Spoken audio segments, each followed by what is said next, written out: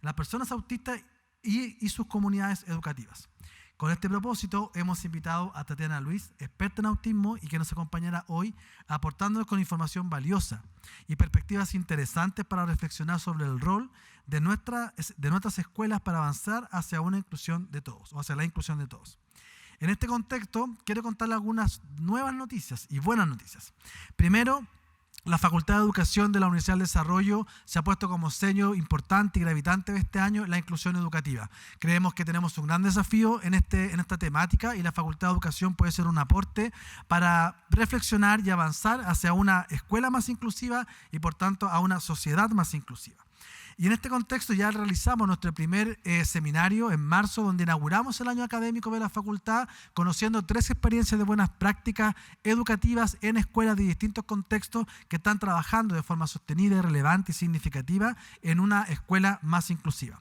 Luego, contarles que el 4 de abril, a las 8:30 de la mañana vamos a lanzar nuestra primera red de inclusión educativa, donde hemos convocado a más de 30 instituciones públicos y privados a sentarnos a la mesa, a conversar y discutir sobre aquellos desafíos que nos convoca la inclusión y cómo la podemos abordar en la sala de clases. No todo es responsabilidad de la escuela, tenemos que todos trabajar y tributar en conjunto como sociedad para avanzar hacia la inclusión real.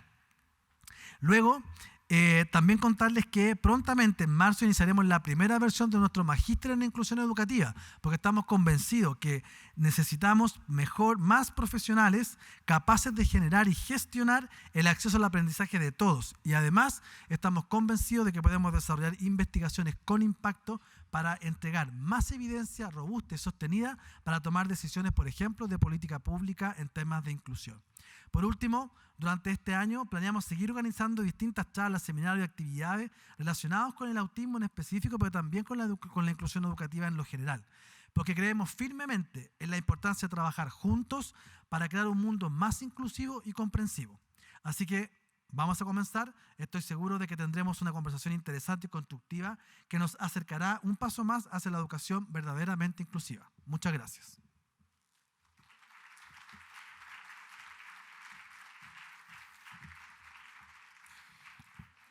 Gracias, vicedecano. Y ahora llegó el momento de presentar a nuestra invitada internacional, experta en esta materia. Ella es Tatiana Luis, fundadora de Autismo en Positivo y una de las influenciadoras más importantes sobre autismo en habla hispana.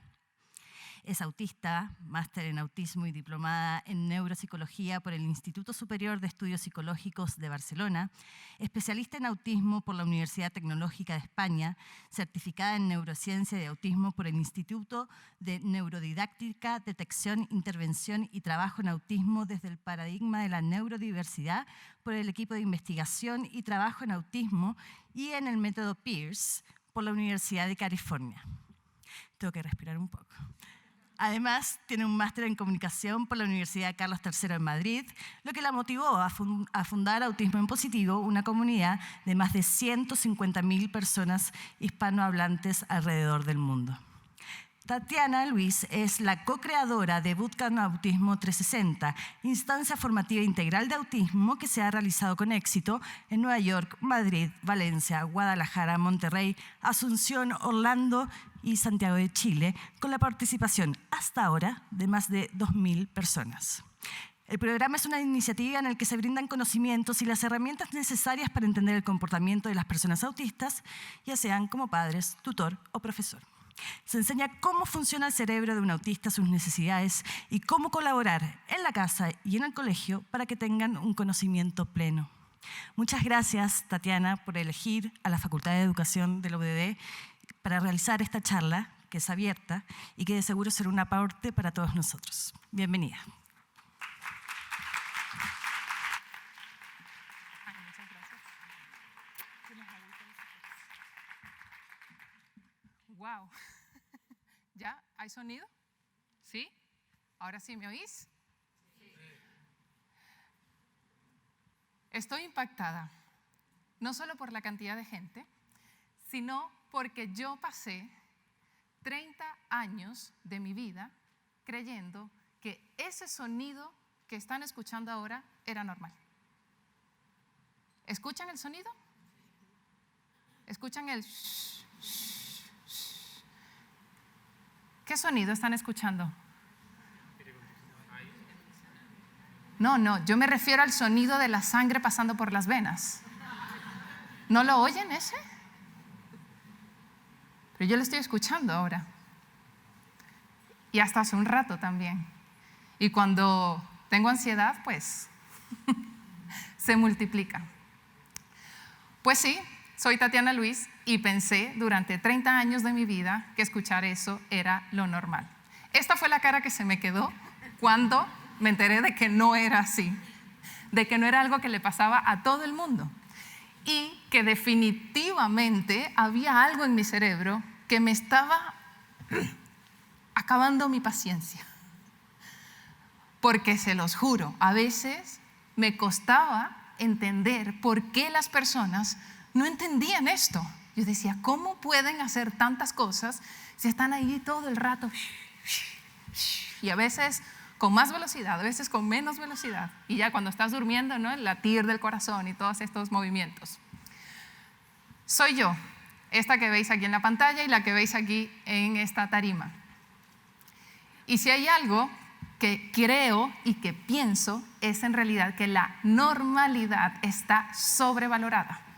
Porque honestamente, la normalidad le hemos dado un status quo, le hemos dado un prestigio, le hemos elevado a unos aposentos divinos allí, donde realmente no merece estar de ninguna manera. En el mundo ya somos casi 80 millones, bueno, sin el casi, somos más de 80 millones de personas autistas y tenemos esta cara. Y probablemente si ven a vuestro alrededor van a ver otras caras del autismo. Aquí hay personas que han entrado, hay un número de personas que han entrado sabiendo que son autistas. Les aseguro que habrá otro número de personas saliendo por esa puerta creyendo que son autistas. ¿Se acuerdan de ese compañero de clases que era un poco más tímido, que no hablaba tanto, que a veces hablaba demasiado de cierto tipo de cosas y a veces no entendía o no cachaba cuando ya había aburrido al otro, ¿verdad? ¿Cómo le llamábamos a ese compañero? El raro. No sé si en Chile hay otro término, y eso que me estudié en los chilenismos antes de venir. Pero hoy sabemos que esa persona tiene nombre y esa persona es autista. Hay muchas personas que no parecemos autistas. No tenemos la cara verde, ni tenemos ventosas así en las manos, ¿no? Como Spider-Man, por ejemplo. Ni parecemos Sheldon Cooper. ¿A qué no? Hay personas incluso pues, que les gusta vestirse de una manera o de otra. Pero aunque para muchos no parezcamos autistas, hay que entender que el autismo no se ve. El autismo es un neurotipo. ¿Alguien sabe lo que es un neurotipo? Un neurotipo, como lo dice su palabra, vamos a dividirla. Neuro se refiere a aquí dentro, cerebro. Y tipo, precisamente lo dice la propia palabra. El autismo es un tipo de cerebro. No me lo puedo creer. ¿Me estás diciendo que el autismo no es una enfermedad? No. Spoiler alert, tampoco es un trastorno. No, ahora es que yo digo condición. Es que condición queda más guay, da más prestigio. No queda tan ofensivo para las comunidades autistas. Pues no, sigue siendo igual. El autismo, si salen de aquí sabiendo que es un tipo de cerebro, ya yo me doy con un canto en los dientes, como decimos allí en la península ibérica. Y la ventaja y la desventaja de que el autismo sea un tipo de cerebro es precisamente que no se ve, sino que nuestro cerebro hace que nos manifestemos, que conectemos con el mundo de maneras distintas, de maneras variopintas. Y allí es donde entra nuestro juicio. No te estás comunicando de la manera normal, no te estás conectando con los demás de la manera adecuada o correcta, no lo estás haciendo bien. ¿Dónde se estableció que era la normalidad? El autismo se puede manifestar de muchas maneras y probablemente aquí solamente voy a pedir que levantéis la mano. ¿Cuántos padres, madres de personas autistas hay? bien. Seguramente vosotros habéis visto en la primera infancia algunas señales como ¿no? alguna diferencia en el habla, ¿no? En el desarrollo del habla, por ejemplo. También empezaste a ver que los juguetes se alineaban, o se alineaban cualquier cantidad de cositas, elementos, alimentos también. Conozco un niño que quiero muchísimo que alinea galletitas, gominolas, dulces, chocolates, y es un camino súper perfecto, milimétrico, desde la cocina hasta su dormitorio. Y se puede manifestar también en tener intereses que pueden resultar atípicos, pero que son bastante profundos. No sé qué tipos de intereses tienen vuestros hijos. En mi casa ahora mismo estamos en la fase de monumentos del mundo, banderas del mundo.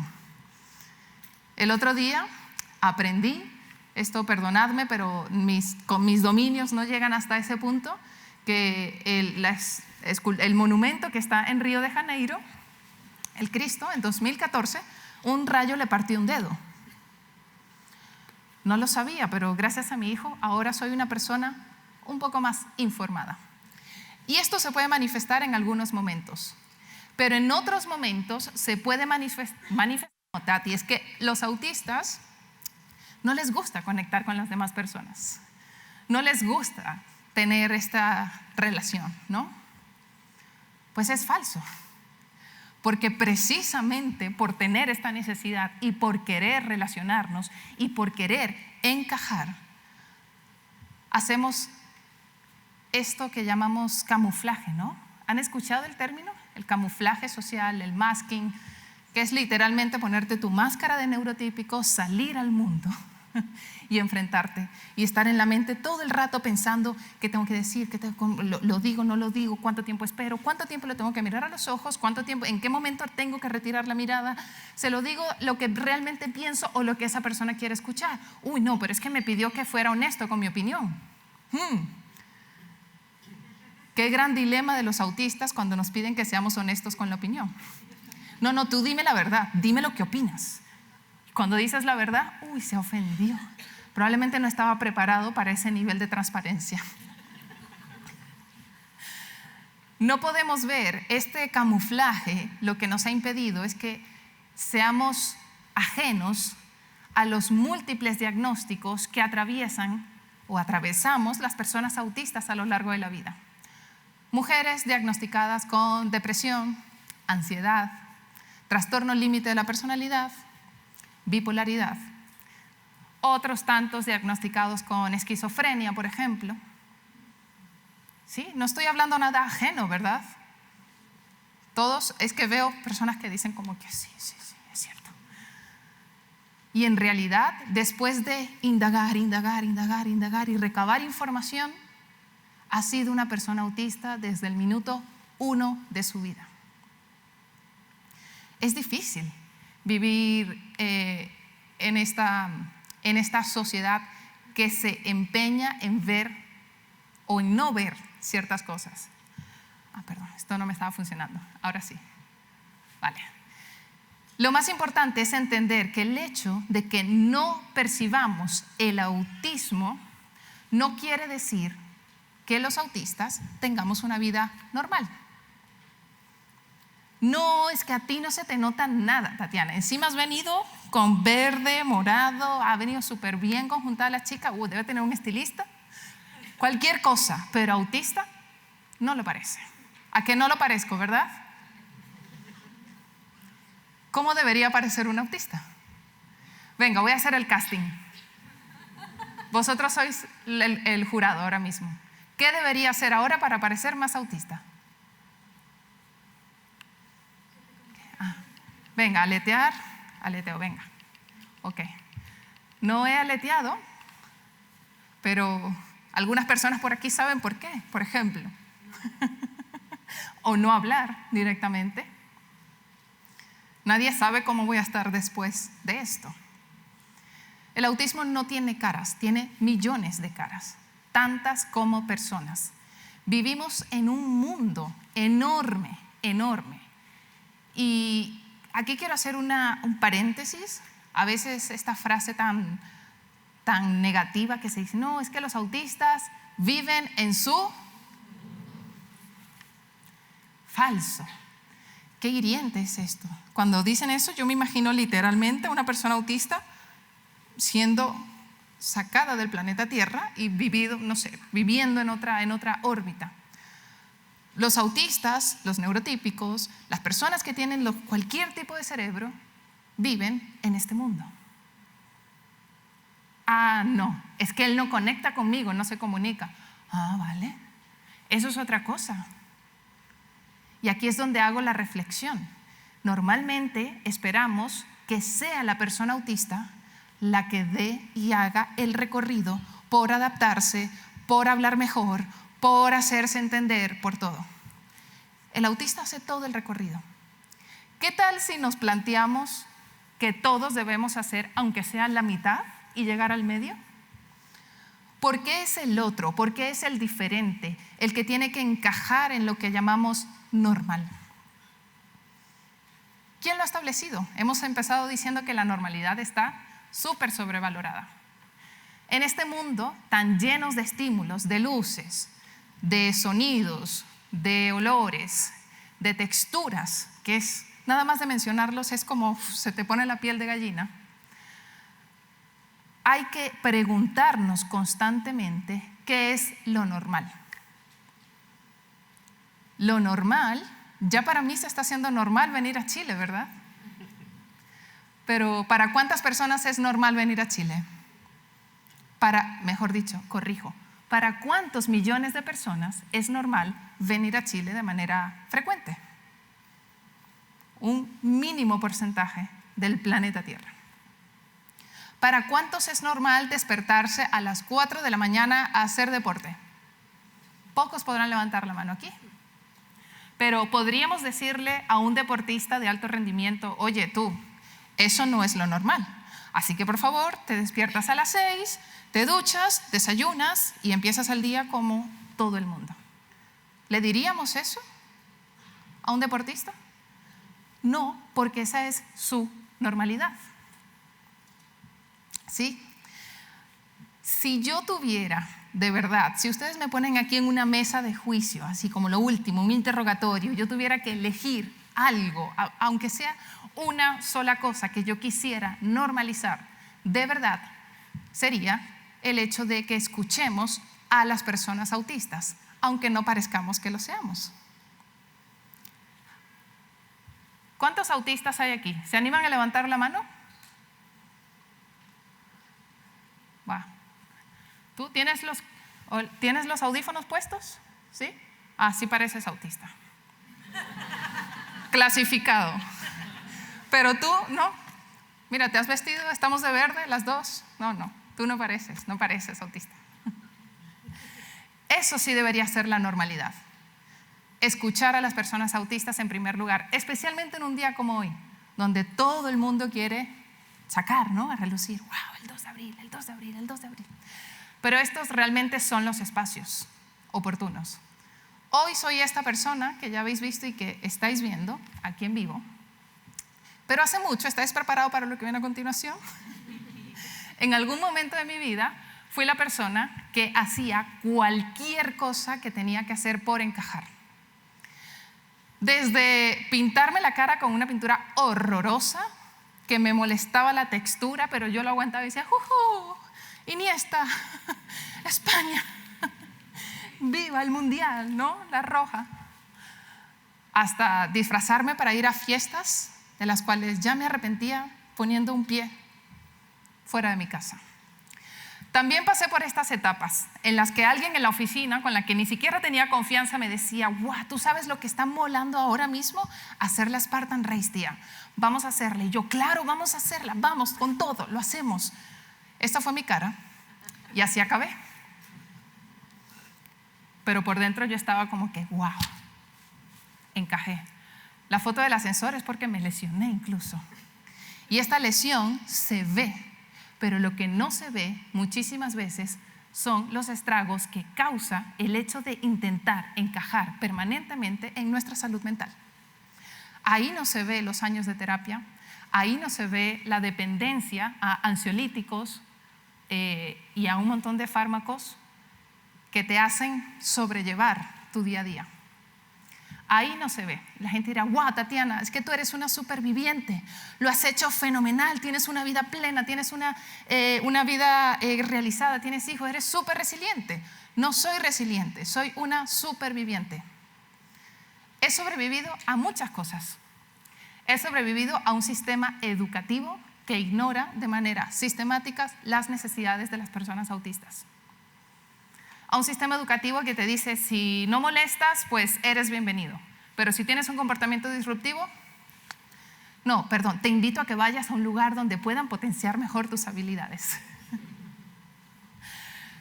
Soy superviviente también a una sociedad que piensa que las adaptaciones son favores que nos están haciendo. Y las adaptaciones no son favores, las adaptaciones son derechos. Somos supervivientes al hecho de habernos acostumbrados a esto, a partir siempre con desventaja. ¿Y por qué con desventaja, Tati? No lo entiendo. Si todos tenemos 2 piernas, tenemos la universidad, estamos todos aquí, ¿no? Pero ya, no es lo mismo correr una carrera así que correr una carrera así. El corredor 1 llevaba nada en sus manos. El corredor 2 tiene que empujar una cantidad de peso que te aseguro que por muy fuerte que sea, nunca va a llegar primero. O bueno, imaginemos que llega igual, llega al mismo tiempo que el corredor 1. Pero el esfuerzo que ha hecho el corredor 2 es igual al esfuerzo que ha hecho el corredor 1. Entonces, cuando vemos en las universidades a estas personas que se gradúan, culminan con éxito su carrera y decimos, wow, pero es que lo hiciste hasta mejor que un neurotípico. Sí, pero ¿a qué costo? El costo físico y de salud mental de esta persona es extremadamente más alto. Hay que entender que el cerebro autista solo sabe procesar las cosas de manera profunda, intensa, sistemática y además con una intensidad en el procesamiento sensorial que es muy determinante para la calidad de vida de la persona. No me voy a poner demasiado profunda en este sentido, pero créanme, no es lo mismo estar en esta charla y que tu sistema nervioso sepa priorizar el estímulo de mi voz, por ejemplo, y darle mucho volumen a mi voz y disminuir el resto de estímulos que hay en la sala. Seguramente todas las personas autistas que están aquí, su cerebro está compitiendo por el estímulo de mi voz, de las luces, de la pantalla, del sonido de la alfombra, de mis movimientos, de la textura de la ropa en su piel, por ejemplo, de su inseguridad gravitacional en caso de que la tengan, por ejemplo. Créanme, todos estos factores suman mucho peso a esta mochila. Pero es que no se te nota que eres autista. Es que no se te ve que eres autista. A mí definitivamente no me gustan los clichés. Lo sabréis, si me seguís en redes sociales, siempre pues me desmarco de un montón de cosas, soy bien directa. Y esto de usar frases repetidas y demás, pues no es lo mío. Pero si hoy yo tuviera que elegir uno, sería que la diferencia sea lo normal. Ese es el mejor eslogan, el mejor cliché que yo hoy quisiera abrazar. Que la diferencia sea lo normal. Esto es lo que nos falta, ese pasito adelante para poder conseguir y avanzar hacia la sociedad que queremos. ¿Perdón? Perdón, me equivoqué. ¿Qué pasó? Ahora sí. Mi pregunta es para todos vosotros. ¿Estáis dispuestos a hacer este cambio? ¿Sí? Bueno, entonces en ese sentido les tengo que decir muchas gracias y gracias por haberme escuchado.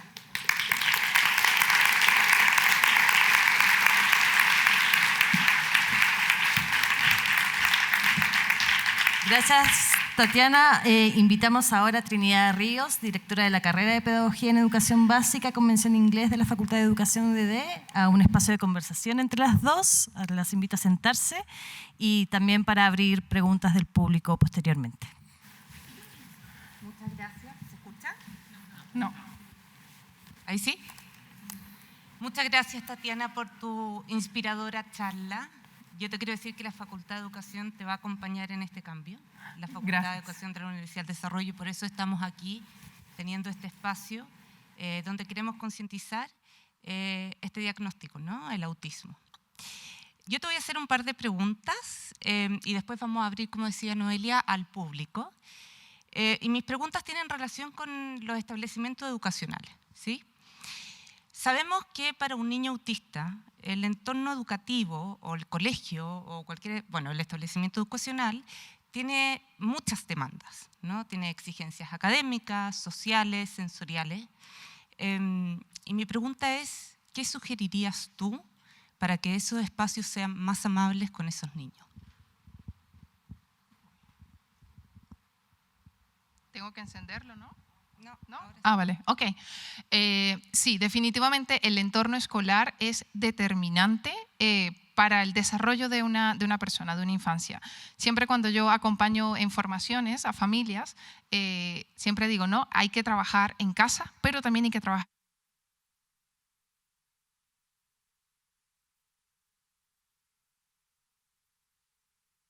Ok, ahora sí. Se reveló el micrófono. No pueden estar uno sin el otro. Yo en mi paso por los colegios chilenos y por instituciones educativas también en otros países, lo que considero que hace falta es, no creo que sea una cuestión de disposición, me parece que los colegios están dispuestos en general, ¿vale? en su mayoría.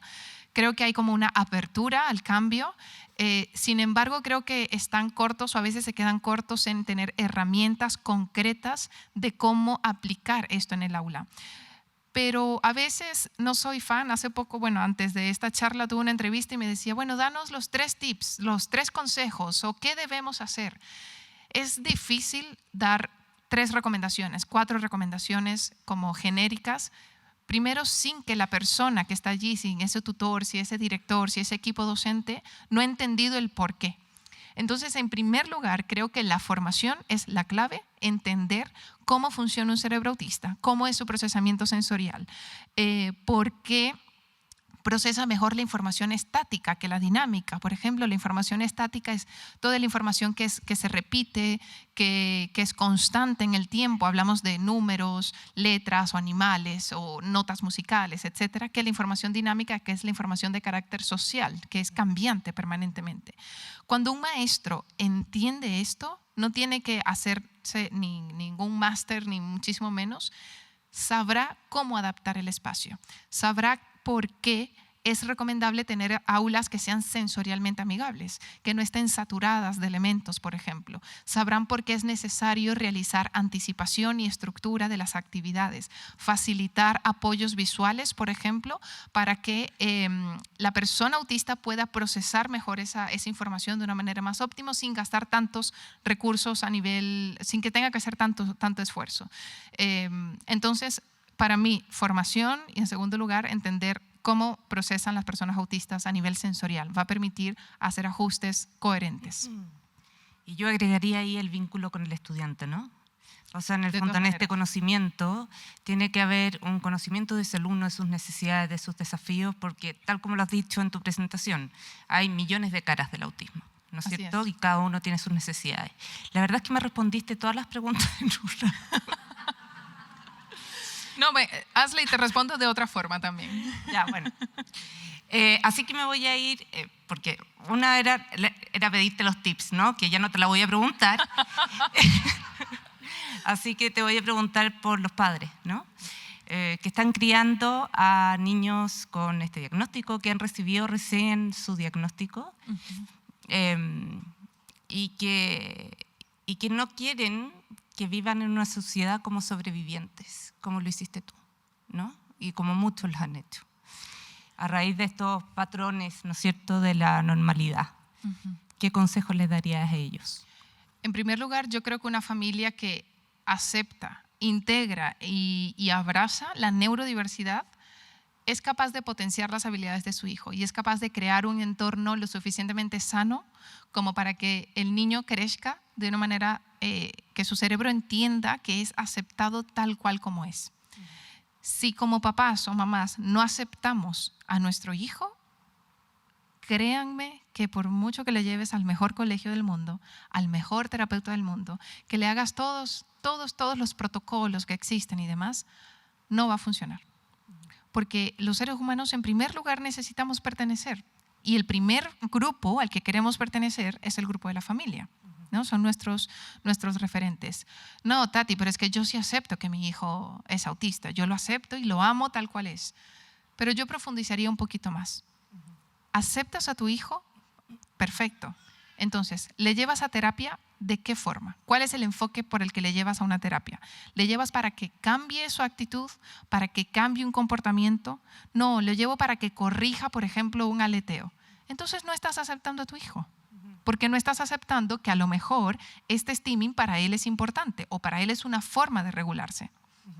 ¿A qué tipo de colegio le estás llevando? ¿Cómo están siendo esos espacios de juego con otras personas? ¿Le impones un deporte? ¿Le impones una forma de juego? No, es que no. El niño ya si empieza a alinear así, entonces viene mamá, viene papá y se lo desordena porque es que la vida no es así de alineada. La vida es caótica. Entonces hay que corregir eso.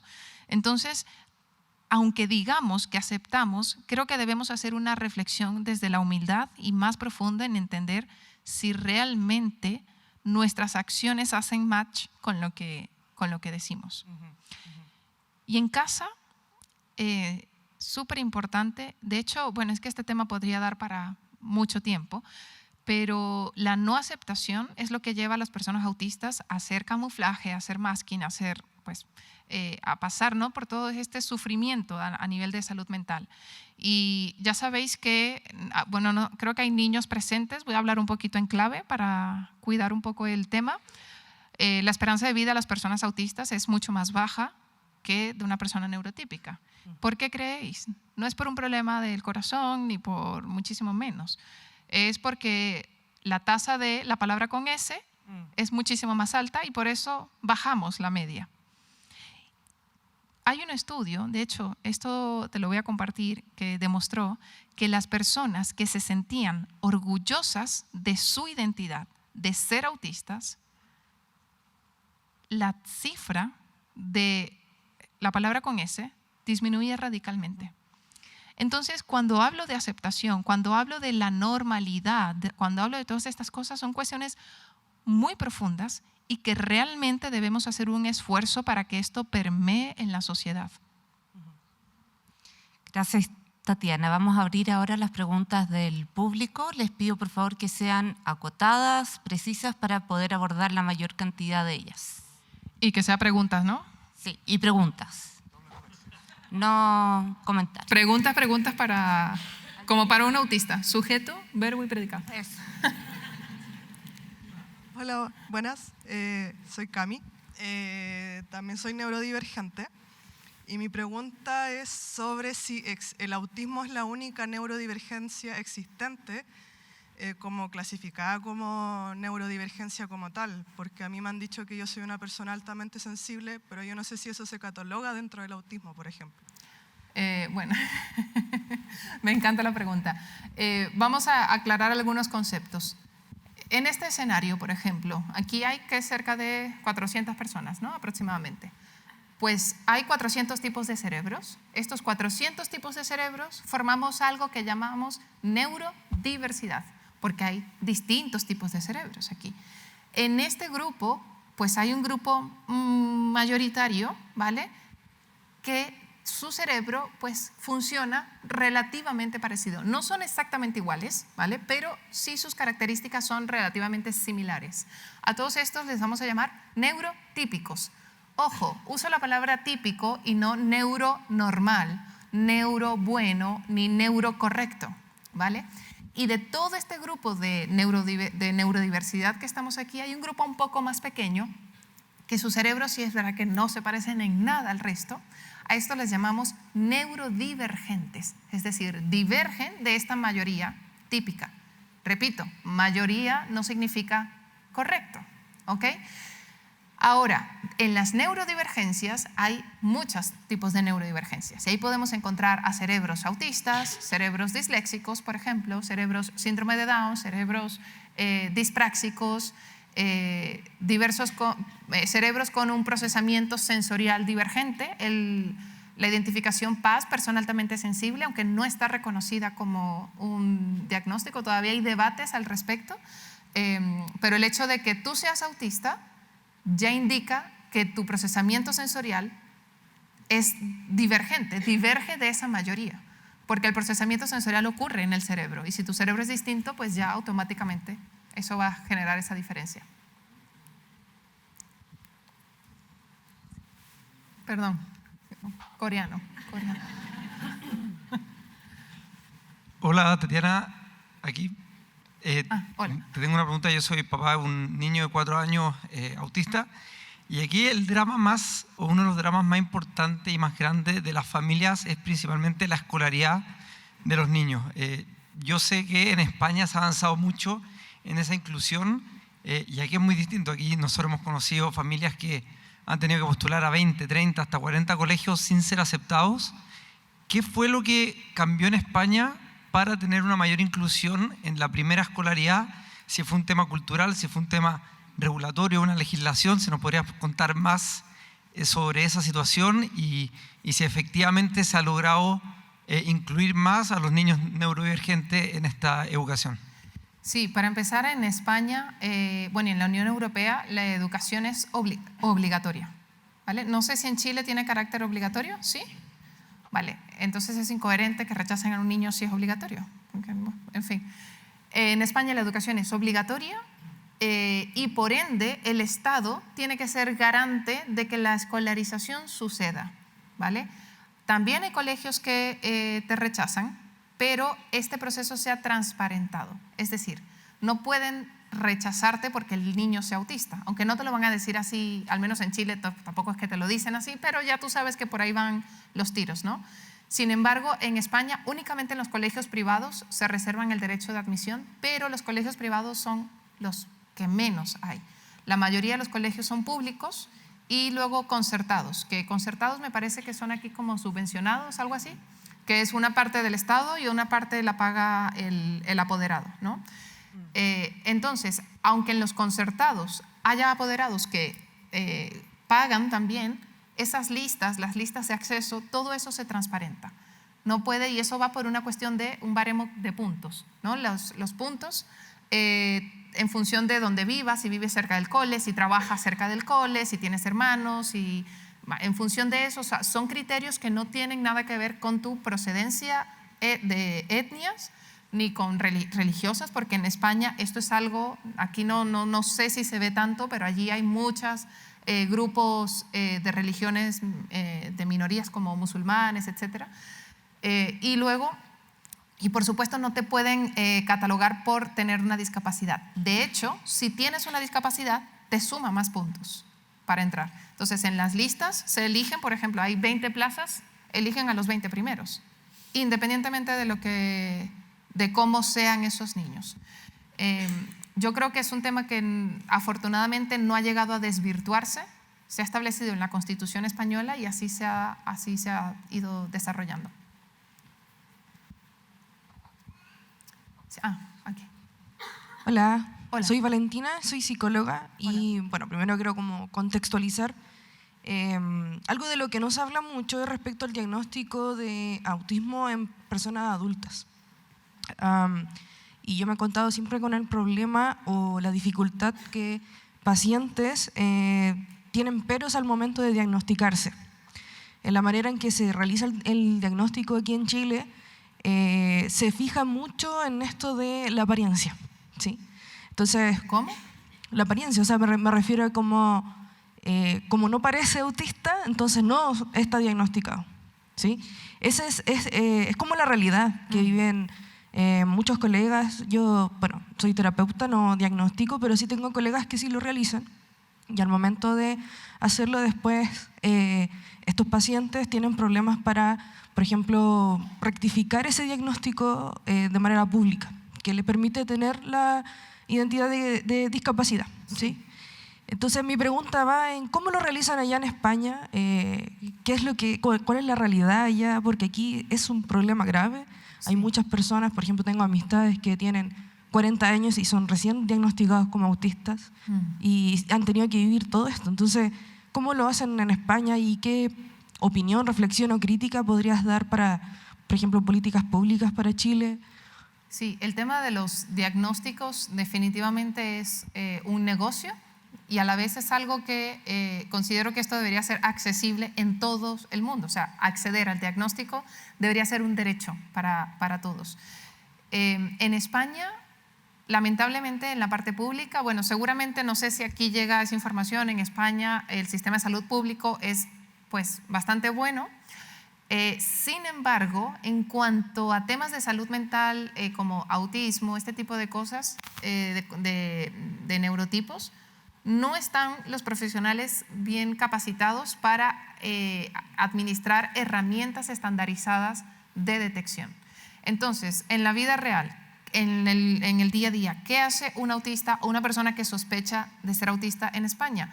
Busca la ayuda profesional de un psicólogo, de alguien capacitado de manera privada y luego con ese papel, ya que dice, mira, me administraron mis pruebas, tal, soy autista, voy al psiquiatra de la Seguridad Social, del público, y el psiquiatra dice, bacán, ¿no? Ya lo veo aquí, estas fueron las pruebas, te adjunto en tu informe, en tu historial médico, que eres autista. Y ya con ese informe, pues ya puedes ir a solicitar la discapacidad, puedes hacer un montón de trámites. Ese es el día a día. Digo que es un tema que hay que democratizar, porque el que no tenga para pagar al psicólogo o al terapeuta no puede acceder al diagnóstico. Los profesionales lo reconocen, decimos, en la Seguridad Social no estamos capacitados para ello. Y con respecto a Chile, me he dado cuenta, no sé si esto es verdad o no, si es mentira me perdonan y si es verdad me lo confirman. Veo que se mueve mucho el tema de lo que dices de la apariencia, incluso en la forma en la que te vistes, en la forma en la que hablas, por qué barrio te mueves. Está como muy, ahí se ve, ¿no? Sí, esa separación. Sí. Eso me sorprendió mucho la primera vez que vine, que decían, no, en este barrio, pues las personas hacen vida en este barrio, en esta comuna, ¿no? No vas a otra comuna. En Madrid tú puedes vivir en Vallecas, que es un territorio más popular, por ejemplo, y tener un amigo en la finca, que es donde vivía Cristiano Ronaldo, e ir sin problema y puedes llegar en autobús. O sea, es una cuestión que está mucho más mezclado, no hay como tanta diferenciación. Y yo creo que eso impacta también a la hora de acceder, porque cómo debe verse un autista, cómo debe vestirse, cómo debe actuar, o sea, el deber ser, me parece que es la gran reflexión que habría que hacer en Chile en cuanto a cómo se percibe el autismo. Una piedra de tope. ¿Había otra pregunta por ahí? Hola Tatiana, un millón de gracias por la charla. Te quería hacer una pregunta. Yo tengo hijas gemelas idénticas, ¿ya? Y una es autista y la otra es paz. Entonces no tienen amigas, no tienen capacidad de sociabilizar con otras personas, tienen 10 años. Entonces yo he tratado por muchas formas de que traten de sociabilizar, porque uno siente, como neurotípica me imagino, que van a sufrir si es que no tienen amigos. Y me han dicho esto, bueno, pero déjala, a lo mejor no le interesa. Pero ¿cómo uno ve el futuro de personas que no van a poder sociabilizar con otros? Entonces, ¿cómo uno reacciona frente a eso? ¿Es mejor tratar de seguir haciendo de que ellas pudieran hacer amigas o simplemente aceptar de que a ellas no les interesa y simplemente dejarlas ser y bueno, se quedan sin amigos nomás? Y lo mismo, y lo mismo de sociabilizar con sus compañeras, sus condiciones, porque hoy día son las raras. Entonces, también recomendaciones de dile a los compañeros, pero no sé si los vas a estigmatizar. Los especialistas son muy diversos en esto, entonces, ¿cómo hacer que realmente puedan entrar y no encajar, pero sí al menos ser aceptadas? Yo voy a empezar por el final, ¿vale? Especialistas que están o no están de acuerdo, yo soy pro decirlo, pro comunicar, pro todo. Si no, el otro día lo estábamos hablando, no es que no quiero que etiqueten a mi hijo diciéndole autista. No te preocupes, no le van a poner la etiqueta autista, le van a poner la etiqueta del raro, no sé, tímida o etcétera. El que no sabe cualquier cosa, hasta, bueno, el tonto, o sea, la etiqueta va a estar siempre. Yo soy pro comunicar. De hecho, voy a ir a un colegio donde vamos a hablar de autismo a todos los alumnos, a todo el alumnado del colegio, precisamente para hablar y normalizar estas cosas. Y los niños son listos también, van a saber identificar de quién se identifica con esto y sobre todo intentar normalizar. Sobre todo en cuanto a la interacción, yo entiendo que es una preocupación, yo también tengo esa preocupación, porque a veces lo que siempre pensamos es qué va a pasar cuando ya no estemos aquí, ¿no? ¿Va a poder tener una pareja? ¿O va a estar sola? ¿Qué va a pasar? Hay algo que hay que entender, las personas autistas somos seres humanos y los seres humanos necesitamos y queremos conectar con los demás.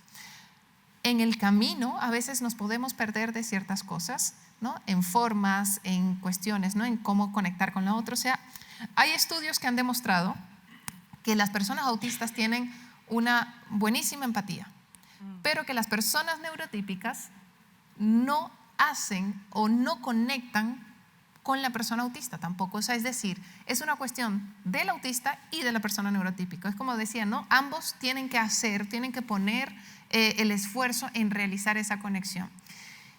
Si tú ves a tus hijas que no quieren, la interacción social es un desafío muy alto para una persona autista, muy alto. Pero eso no quiere decir que nunca lo vayan a conseguir.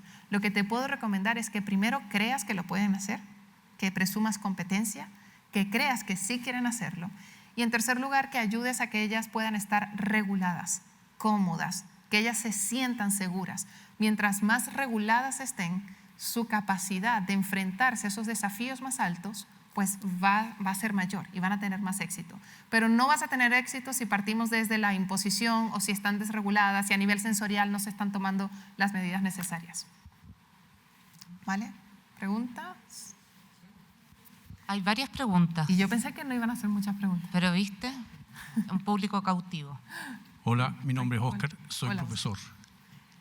El problema que tenemos en la escuela es que tenemos normalizada la normalidad. Y te voy a poner un ejemplo. Hace años atrás yo tuve que organizar una gira de estudio y en ese curso donde yo iba había un joven en silla de ruedas.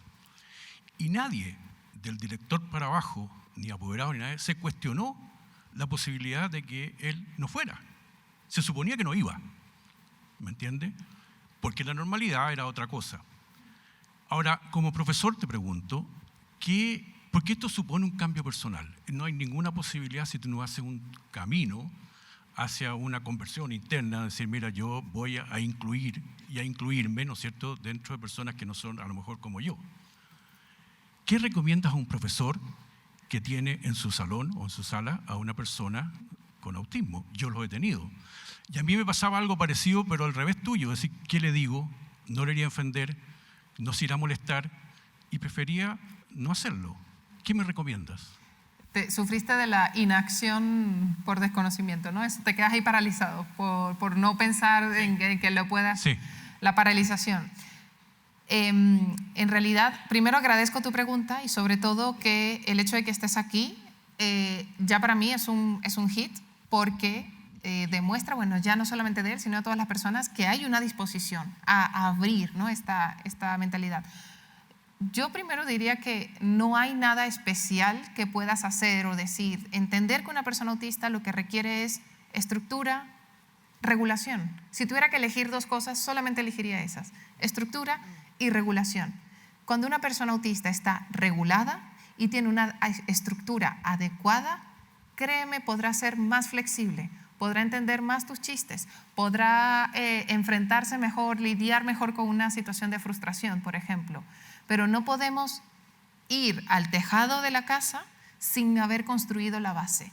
La regulación sensorial, emocional, para mí es lo que cambia realmente la disposición o la disponibilidad de un estudiante a participar activamente en el aula. Y me encanta el ejemplo de la silla de ruedas, porque aquí nadie se cuestiona, por ejemplo, construir un estacionamiento, un parking y determinar ciertas plazas para coches que vengan con la adaptación de silla de ruedas, ¿verdad? Es algo incuestionable en 2024. Sin embargo, retirar demanda sensorial de un aula, oh no, es que a él no le molestan los ruidos, lo damos por sentado. no sabe si le están molestando los ruidos, no sabe si ese sonidito de la sangre realmente le está pasando factura y no puede concentrarse en hacer sus tareas, en terminar matemáticas, en hacer un montón de cosas. Entonces, regulación y estructura sería lo primero, y a partir de allí fluyamos con lo que les guste, con sus gustos, con sus intereses. Ahí yo creo que vas a poder conectar bien. ¿Aló? ¿Hola? Hola. Aquí, hola. lejos. Ya. ¿Qué tal? Cristóbal. Te quería preguntar porque estoy muy de acuerdo y me hace mucho pensar, porque yo hago clase en un colegio donde el 70%, posiblemente el 80%, de estudiantes tienen autismo. Y un colegio donde en realidad no están las condiciones como materiales para abordar muchas situaciones que ocurren. Entonces yo quería preguntar bajo ese contexto, ¿qué hacer? Donde posiblemente no tenemos un departamento PIE, donde no tenemos como especialistas en poder abordar este tipo de situaciones, como el mío, y además cómo poder desde ahí, son dos preguntas, que se me va corriendo en el momento, y desde ahí cómo poder abordarlo con los apoderados, con la comunidad educativa, que igual creo que es importante, no solamente el rol como docente, que yo creo que es clave, sino que también cómo desde ahí poder impulsar a involucrar a la comunidad educativa, que efectivamente hay que hacer el trabajo, Sí. que somos una comunidad y que no podemos ejercer ningún tipo de discriminación ante aquello, porque justamente se normalizan situaciones que no deberían normalizarse y ahí es cuando ocurren La discriminación. Efectivamente. Muchas Eso gracias. es algo que no podéis hacer solos, así que llamadme, ¿vale? Porque con 80% de alumnos autistas algo hay que hacer, efectivamente. Así que te doy mi teléfono. No, fuera de bromas. Hay que formarse. La formación es la clave para abrir, ¿no? Y repito, no vale de nada con que vaya la especialista o el especialista de turno y diga, tienes que hacer paso 1, paso 2, paso 3. Si no entendemos el porqué del paso 1, del paso 2 y paso 3, si no entendemos cómo funciona el cerebro autista, si no entendemos cómo es el procesamiento sensorial, si no entendemos cómo se desarrollan las funciones ejecutivas, la forma de aprender, cómo es su lenguaje, si tiene un lenguaje más kinestésico, emocional, pragmático, por ejemplo. Si no entendemos estas cosas, da igual, te puedo dar ahora mismo un decálogo de 10 recomendaciones y no van a servir de nada. Tanto para docentes como los apoderados. Tenemos tiempo para 2 preguntas más. Wow. Hola. Hola. Gracias por estar acá. Te hago 2 preguntas. Ahí son las 2. Ahí se acabó el tiempo. Son cortitas. Hablando de la regulación, ¿cuál es tu opinión personal con el uso de medicamentos como la risperidona o otros medicamentos que suelen indicar psiquiatras o psicólogos? Yo soy mamá de un niño de 4 años, lo diagnosticaron cuando tenía 3 años mediante la prueba de la 2-2, y ahí va mi otra pregunta, que es, me dijeron que era importante repetir la evaluación, idealmente un año después o no sé cuánto tiempo después, debido a que ese A2-2 estaba adaptado, en ese momento esa prueba estaba adaptada a la edad que tenía él, que en ese momento tenía un lenguaje obviamente... Sí, le pasaron el módulo 1, módulo 2 y hay demás. Sí, te entiendo. Entonces, ¿cuál es tu opinión? ¿Hay que repetir la prueba?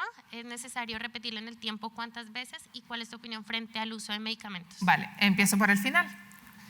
Que el A2-2 sea la prueba para detectar si una persona es autista o no, me parece bastante poco profesional, ¿vale? Lo digo así de manera transparente.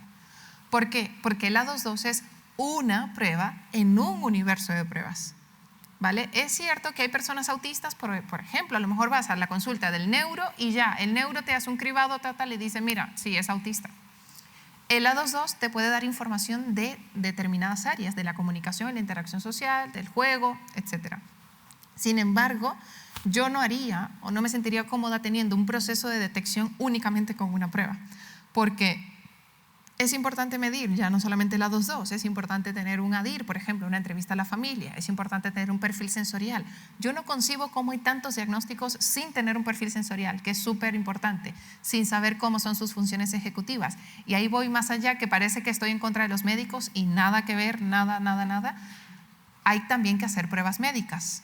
Siempre lo decía, me estaban entrevistando antes de entrar aquí, las personas autistas en la lotería de la vida y de condiciones, nos hemos tomado un montón de tickets de sensibilidades alimentarias, cuestiones intestinales, alergias, depresión, cuestiones cardíacas, trastorno de sueño, epilepsia. Eso es un hecho, ¿vale? Eso es una realidad. Entonces, no podemos quedarnos solamente con algo, sino hay que evaluar completamente para saber en qué terreno estoy pisando y saber cuáles son los mejores apoyos que hay que dar.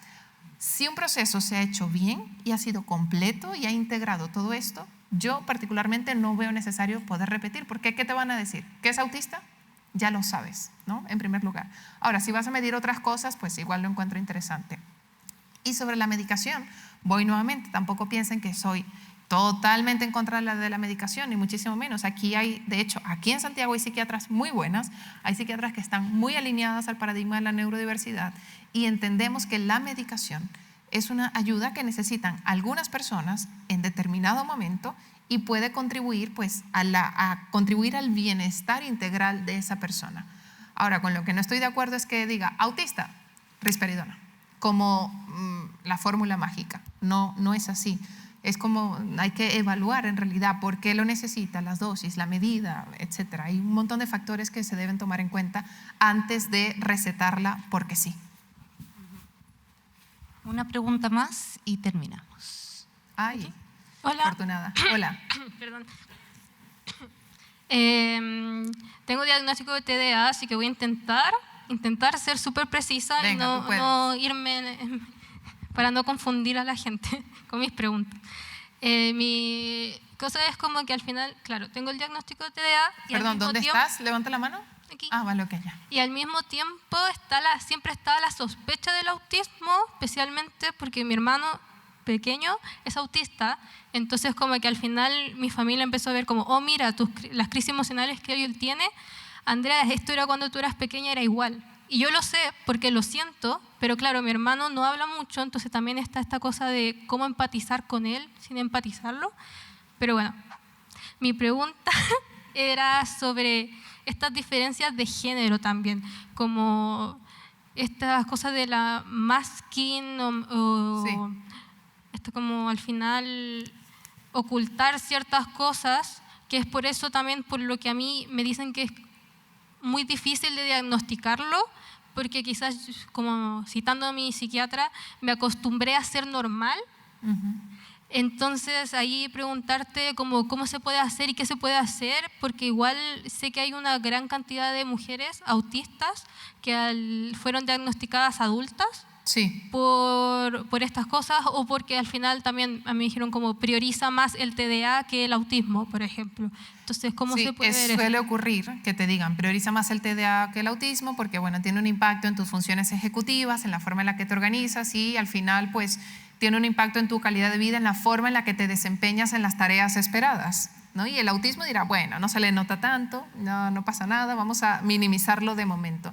Yo te recomendaría, si tú estás teniendo estas dudas, si has leído, si has visto mujeres autistas también y te sientes identificada, pues pases por un proceso de detección con un profesional que esté actualizado, que sabrá decirte si a lo mejor la respuesta que estás dando viene del masking o viene de tu verdadera identidad.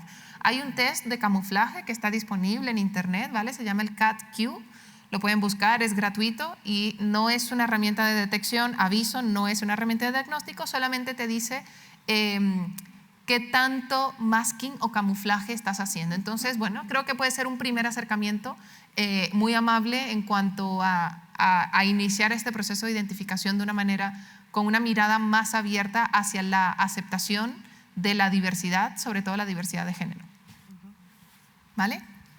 Bien, llegó el momento de despedirnos, Tatiana, agradecerte por este espacio de conversación, de confianza. Estoy segura de que ha sido muy útil para todos los que estamos presentes y te esperamos de nuevo en Chile.